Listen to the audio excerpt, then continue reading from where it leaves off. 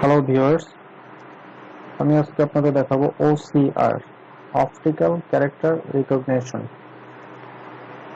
আগে জানতে হবে OCR-টা কি।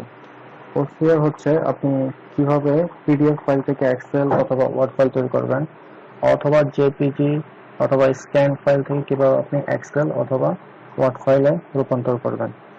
এই কাজটা আপনার জানা থাকলে আপনি ফ্রিল্যান্সিং করতে পারবেন ঘরে বসেই, অথবা আপনার ব্যক্তিগত কাজে ব্যবহার করতে পারবেন, অথবা আপনার অফিসিয়াল কাজে ব্যবহার করতে পারবেন।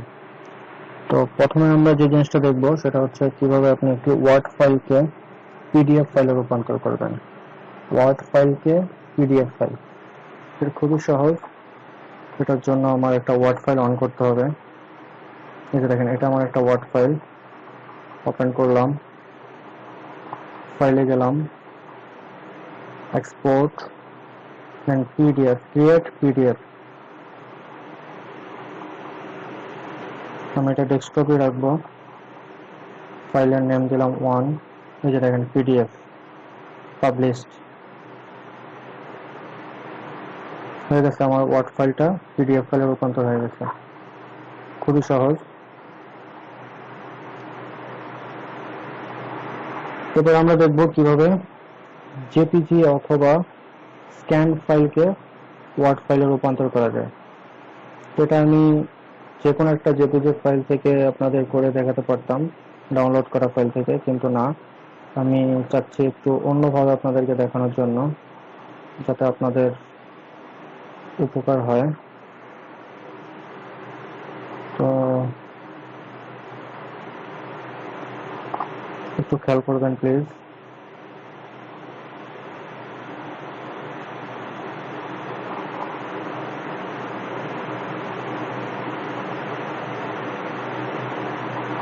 আমি এখানে স্ক্রিনশট নিলাম,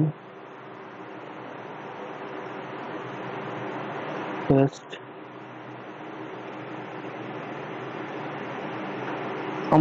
ধরেন আমার এই জায়গা থেকে এই জায়গা পর্যন্ত দরকার, তো আমি এতটুকু সিলেক্ট করি,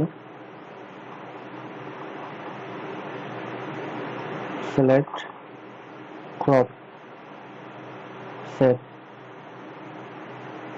ডেস্কটপে সেভ করে নেই, কিন্তু সেটা জেপিজিতে।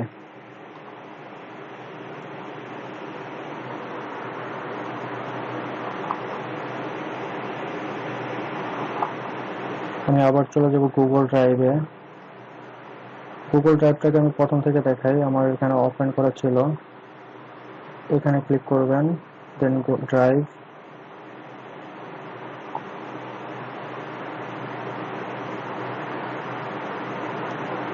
ড্রাইভে এসে আপনি যে কোনো জায়গায় ফাইলটা আপলোড করতে পারেন। তো আমি OCR নামে একটি ফোল্ডারে ঢুকলাম, রাইট বাটন ক্লিক করলাম, আপলোড ফাইল। ডেস্কটপে ছিল আমার ফাইলটা আনটাইটেলড হিসেবে। হ্যাঁ, এই যে আমার ফাইলটা লোড হয়ে গেল। তো এটার উপর আমি রাইট বাটন ক্লিক করব, ওপেন উইথ গুগল ডক্স। খেয়াল করবেন please, open with Google Docs.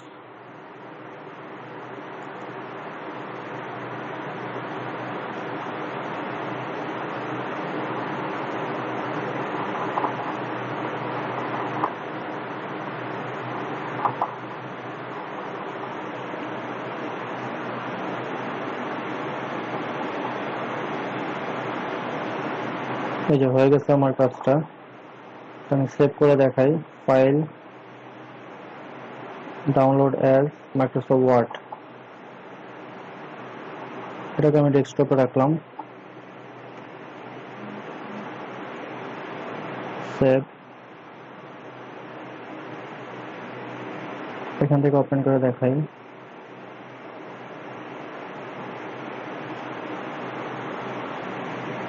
এই যে দেখেন, এটা ছিল আমার জেপিজি ফাইল, এটা আমার ওয়ার্ড ফাইল।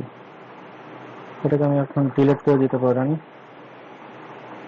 এখন আপনি আপনার ইচ্ছা মতো এটাকে আপনি এডিট করতে পারবেন, অথবা কপি পেস্ট, যা করার ইচ্ছা আপনার, যা দরকার তাই করতে পারবেন। তো এতটুকু ছিল আজকের মতো আমার এই টিউটোরিয়ালে।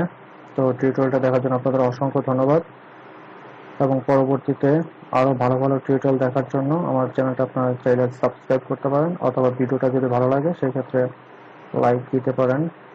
Thank you.